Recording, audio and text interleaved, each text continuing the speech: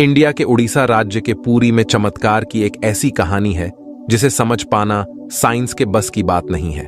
Science, geography, physics, chemistry और दुनिया के सारे ग्राउंड्स ऑफ बिलीव्स यहां सब फेल हो जाते हैं।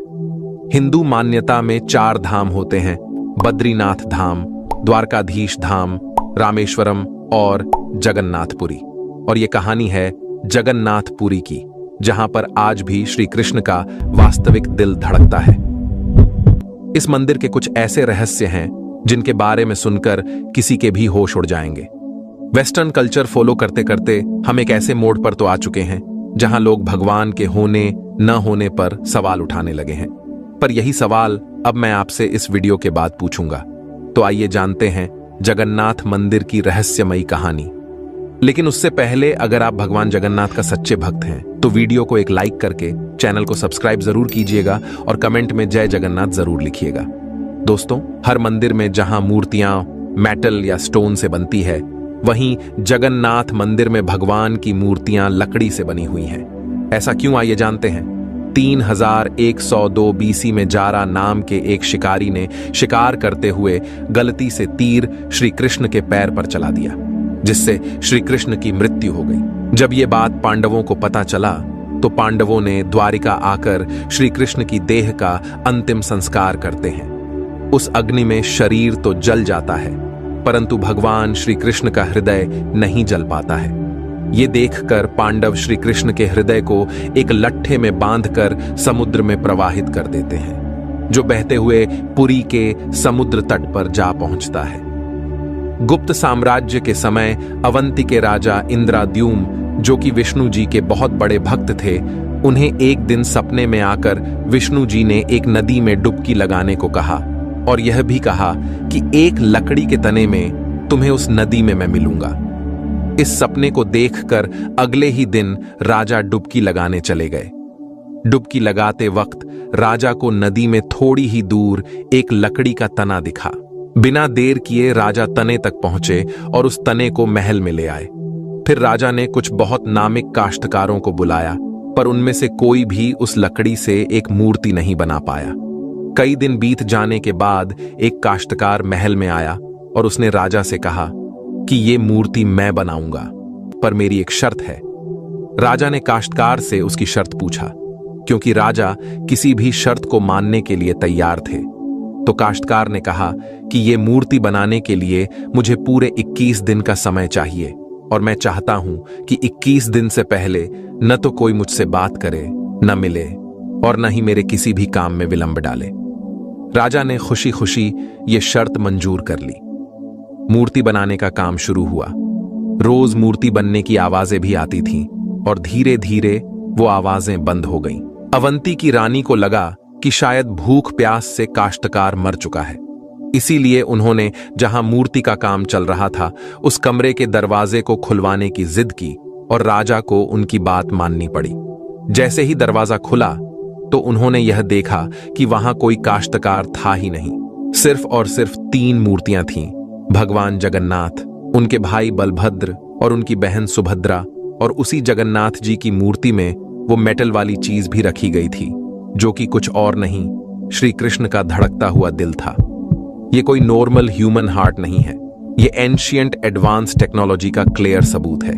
ये हार्ट एनर्जी ट्रांसमिट करता है। सिर्फ यही नहीं, हर 12 साल में एक बार भगवान की नई मूर्ति स्थापित की जाती है और भगवान के दिल को उस मूर्ति में शिफ्ट किया जाता है। ये इसलिए किया जाता है क्योंकि जो energy transmitting device, if we talk scientifically, उस मूर्ति में होता है, वो इतनी एनर्जी ट्रांसमिट करता है और इसीलिए उसे बदलने की जरूरत होती है। पर इसे बदलने का प्रोसेस भी इसी की तरह बहुत इंटरेस्टिंग है। हर 12 साल में एक दिन ऐसा होता है जिस दिन मंदिर में किसी को एंट्री नहीं मिलती। पूरे के पूरे शहर की बिजली काट दी जाती है।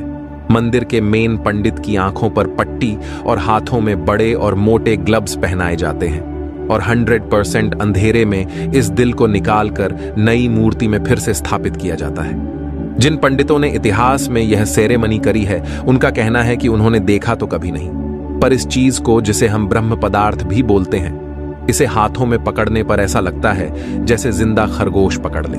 माना यह भी जाता है कि अगर किसी ने ब्रह्म पदार्थ को देख लिया तो उसकी मौत उसी समय निश्चित है। इसीलिए बिना आंखों पे पट्टी लगाए किसी को भी यह सेरेमनी करने की परमिशन नहीं है। इस मंदिर के ऊपर एक झंडा है जो साइंटिफिक लॉ के बिल्कुल विपरीत चलता है। जैसा कि हमें पता है कि जिस डायरेक्शन में हवा चलती है, पतंग भी उसी डायरेक्शन में उड़ती है और झंडा भी उसी डायरेक्शन में उड़ना चाहिए। पर जगन्नाथ मंदिर के इस झंडे की बात बिल्कुल अलग है। यह हमेशा हवा के ऑपोजिट डायरेक्शन में उड़ता है। ऐसा क्यों और कैसे होता है, आज तक कोई समझ नहीं पाया। इस झंडे के साथ एक और खास बात है कि इसे रोज बदलना पड़ता है। इसीलिए मंदिर के पंडित 214 फीट ऊपर लगे इस झंडे को रोज चढ़कर बदलते हैं, क्योंकि कहा जाता है कि अगर किसी दिन यह झंडा नहीं बदला गया तो मंदिर 18 सालों के लिए बंद हो जाएगा। मंदिर में आए भक्तों के बीच रोज प्रसाद बांटा जाता है, उनके लिए वो प्रसाद बनाया जाता है। और जगन्नाथ मंदिर में होने वाली हर चीज में कहीं ना कहीं भगवान की कोई ना कोई लीला छुपी है। मंदिर में रोज 500 लोगों के लिए प्रसाद बनता है और कभी कभी भक्तों की संख्या हजारों में भी चली जाती है। पर जगन्नाथ मंदिर में भक्तों के लिए प्रसाद कभी कम नहीं पड़ा।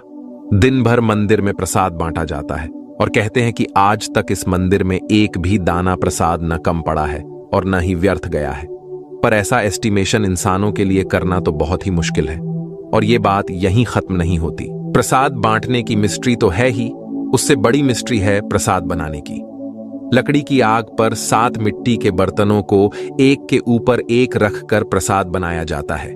साइंस और लॉजिक्स कहते हैं कि सबसे पहले सबसे नीचे वाले बर्तन का प्रसाद पकना चाहिए। पर पुरी के जगन्नाथ मंदिर में साइंस और लॉजिक्स नहीं चलते। इन 7 बर्तनों में सबसे पहले सबसे ऊपर रखे जाने वाले बर्तन का प्रसाद पकता है, फिर उससे नीचे वाले बर्तन का, और ऐसे ही सबसे नीचे रखे बर्तन का प्रसाद सबसे आखिरी में पककर तैयार होता है। हाँ, मुझे पता है आपको भी अभी कुछ नहीं समझ आ रहा होगा। इसे आज तक कोई नहीं समझ पाया। इस मंदिर की खूबसूरती शब्दों में नहीं बताई जा सकती। इतना बड़ा मंदिर इतने सालों पहले बिना किसी टेक्नोलॉजी के कैसे बनाया होगा। पर क्या आपको पता है 214 फीट के इस मंदिर की डोम की परछाई आज तक कभी बनी ही नहीं। आखिर क्यों जगन्नाथपुरी मंदिर के डोम्स की शैडो बनती ही नहीं है? और हमारे फेवरेट साइंस इस बात का भी लॉजिक नहीं ढूंढ पाए। जैसा कि हमें पता है कि कुछ buildings, architectures and areas no fly zones होते हैं, मतलब वहां ड्रोन्स, एरोप्लेन या कोई भी मैन मेड फ्लाइंग ऑब्जेक्ट पहुंचाने की या उड़ाने की परमिशन नहीं है। पर पक्षियों को तो हम नहीं रोक सकते, उन्हें समझाना तो बहुत मुश्किल है। पर अगर हम जगन्नाथ टेम्पल की बात करें तो वहां पर ऐसा कुछ है जो शायद पक्षियों को पता है और हमें नहीं, क्योंकि इस मंदिर के ऊपर कोई भी ड्रोन, कोई भी एयरप्लेन या कोई भी पक्षी कभी उड़ता ही नहीं। आपने देखा होगा मंदिर के डोम्स पे या बड़ी बड़ी बिल्डिंग पे पक्षी को बैठे हुए, लेकिन कभी जगन्नाथपुरी जाएंगे तो देखिएगा आप कभी भी किसी भी पक्षी को जगन्नाथ टेम्पल की छत पर या उसके डोम्स पे बैठा हुआ नहीं देखेंगे। कंफ्यूज करने वाली बात तो ये है कि कैसे एक बेजुबान पक्षी ये जानता है कि इस मंदिर के ऊपर से उड़कर नहीं जाना है। खैर, सुदर्शन चक्र, ये नाम तो आपने सुना ही होगा। सुदर्शन चक्र भगवान विष्णु का अस्त्र है। ये अधर्म का विनाश करता है। जगन्नाथ मंदिर के टॉप पर एक सुदर्शन चक्र है और उसे आप जिस भी डायरेक्शन से देखोगे उसकी फेसिंग आप ही की तरह होगी। भगवान जगन्नाथ, जिनके नाम का मतलब ही जगत के नाथ हैं, इनके मंदिर में लाखों श्रद्धालु अपनी आस्था और प्यार भगवान के लिए लेकर आते हैं। पर इस मंदिर में सिर्फ हिंदुओं को दर्शन करने की अनुमति है। किसी भी और धर्म के इंसान को दर्शन बाहर से ही करवाए जाते हैं और दर्शन करवा कर भेज दिया जाता है। जैसे कि हमारी ex prime minister Indira Gandhi ji, वो भी जगन्नाथपुरी गई थी दर्शन करने। पर क्योंकि वो फारसी है और हिंदू नहीं, और उन्हें उनका सरनेम फिरोज गांधी से मिला है, इसीलिए इंदिरा गांधी को भी दर्शन करने की अनुमति नहीं दी गई। सिर्फ यही नहीं, 2005 में थाईलैंड की प्रिंसेस महाचक्री सिंधन को भी जगन्नाथ पुरी टेम्पल में एंट्री नहीं दी गई थी, क्योंकि यहां फॉरेनर्स अलाउड नहीं है। उनके लिए अरेंजमेंट की गई थी और दर्शन बाहर से ही करवाए गए। 12वीं सदी से बने हुए इस मंदिर को स्विट्जरलैंड की एक महिला ने 1,78,00,000 रुपए का चढ़ावा भी चढ़ाया। ये मंदिर में चढ़ाया गया अभी तक का सबसे बड़ा चढ़ावा है। पर फिर भी क्योंकि वो हिंदू नहीं है, इसीलिए दर्शन उन्हें भी बाहर से ही करने पड़े। हमारे ही धर्म की इतनी सारी बातें हैं जिसके बारे में हमें कुछ पता ही नहीं। हम आंखें बंद करके किसी भी कल्चर को, किसी भी ट्रेंड को फॉलो करते जा रहे हैं। हम भूल गए हैं कि हम एक ऐसे धर्म से जुड़े हैं जिसने दुनिया में संस्कृति, सभ्यता, परंपरा और संस्कार को हमेशा जिंदा रखा है। यह सनातन धर्म है और अब हमें धर्म को बचाना है। हर साल पुरी में जगन्नाथ जी की रथ यात्रा भी निकलती है। यह 9 दिन का त्योहार होता है जिसमें भगवान श्री जगन्नाथ, देवी सुभद्रा और भगवान बलभद्र को गर्भगृह से निकालकर रथ पर बैठाकर यात्रा करवाई जाती है।